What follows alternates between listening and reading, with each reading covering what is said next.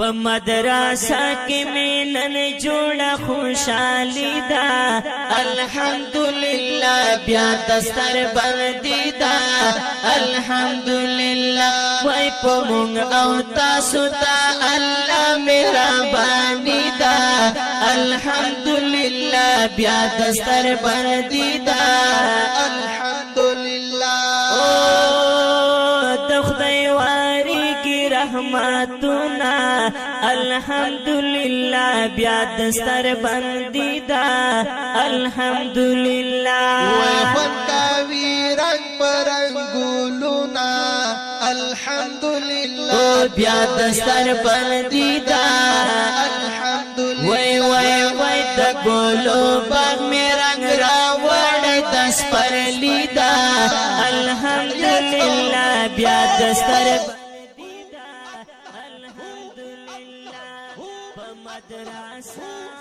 نن د سوات مټې تحصیل کوزي درشخیلې برپلو غټ جماعت کې د مولانا قاری خیر الوهاب سے په مدرسه کې د ختم قرآن یو لویه دستوره تابع شوې وه.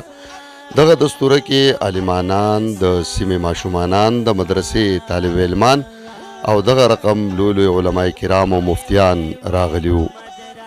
دغه پروګرام کې علماء کرامو په موجوده وخت کې د دین په اهمیت، د قرآن په معجزو، د قرآن په اهمیت او د دې سره سره په خوف خدا باندې ګټورې خبرې اترې وکړي. دغه پروګرام چې تر ماسوتنې دوام لاره، په دغه پروګرام کې نن د څلورو ماشومانانو د ختم القرآن ناظره ختم القرآن چې دغه پروګرام په دغه وجه تابع شوی و. په دغه مدرسه کې د مدرسې طالب علمانو راغلو علماء کرامو او د مدرسې مشر قاری خیر الوهاب صاحب د لټون نیوز سره خبرې اترې وکړې او په موجوده دور کې د قرآن شریف تعلیم تر هر څه وړاندې اړین او ډیر ضروری وباله.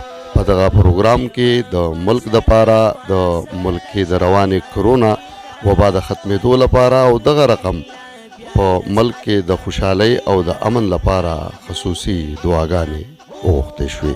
روحاني ماحول دی ماشاءالله او دا ختم قرآن دی ټول مسلمان راغوړ شي او دلته دا علما راغلي او ډېر ښکلی درس کوي او ډېر ښکلې خبرې کوي او د مسلمانانو ذهنونه جوړوي او مسلمانانو دغه شي هغه روحاني تربیت کوي او ډېر ښکلی ماحول دی، دیني ماحول دی.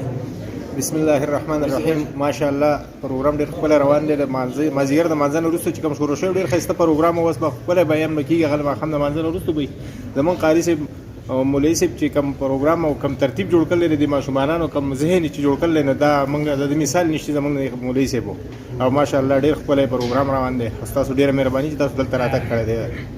ډېره مهرباني چې تاسو راغلئ دلته کې ټایم یې ورکړو. یاره جي زمونږ دا خو دا جز وختي مدرسه ده.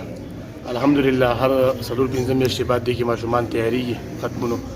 نو دې کې ماشومانو حفظونه هم کړي دي، ترجمې هم کړي دي. خو ننني پروګرام کې د حفظ او ترجمې ماشوم نشته او دا ټول ناظرې والے دي ماشومان. او الحمدلله داسې مخکینی پروګرامونو کې د حفظ ماشومان چې هغه تیار شوي دي. زموږ کوشش دا دی یو څو میاشتې بعد ممکنه ده چې موږ یو دوه درې ماشومان د حفظ نور چې دی هغه د علاقې ته معاشرې ته چې دی هغه ورکړو. نن چې د څلورو ماشومانو ختم دی او یوازې والدین نو بلکې ټوله علاقه او ټوله محله او ټول په کلي کې یو فضا ده، د خوشحالۍ فضا قایم ده. ملګري علماء کرام هم ډېر راغلي، مفتي نظام الدین صاحب چې راغلي دي او برادر محترم ډېر ملګری دی. ډېره شکریه ادا کوم چې تاسو زموږ دا پیغام چې دی خلکو ته به ورسوئ. جزاکم الله جزاکم الله. او اصل کې زموږ دا اجتماع چې کومه ده د هر کار یو مقصد دی. زموږ د دې اجتماع مقصد هم دا دی چې زموږ د علماء کرام د یو بل سره ملاقاتونه هم وشي او د معاشرې ته دا وښودلی شي چې مدارس څه کار کوي، چې دې مدارسو دې عوامو له څه ورکړل او د علما او عوام دا په یو پلیټفارم باندې راجمع شي، یو ځای ته راشي چې عالم او عامي دا دواړه یو دي، دا جدا جدا نه دي چې عالم جدا دی او عوام جدا دی. نه، د دوی په منځ کې چې کومه دوري راغلي دا کم لرېوالی راغلی دی په دې اجتماعاتو په ذریعې سره دا لرېوالی موږ ختمو چې دا علما او عوام په یو نهج باندې روان شي او د یو بل سره مینه محبت راشي. دا د مدارسو د معاشرې ته یو اتفاق د اتحاد او د اخوت هغه درس ورکول دي.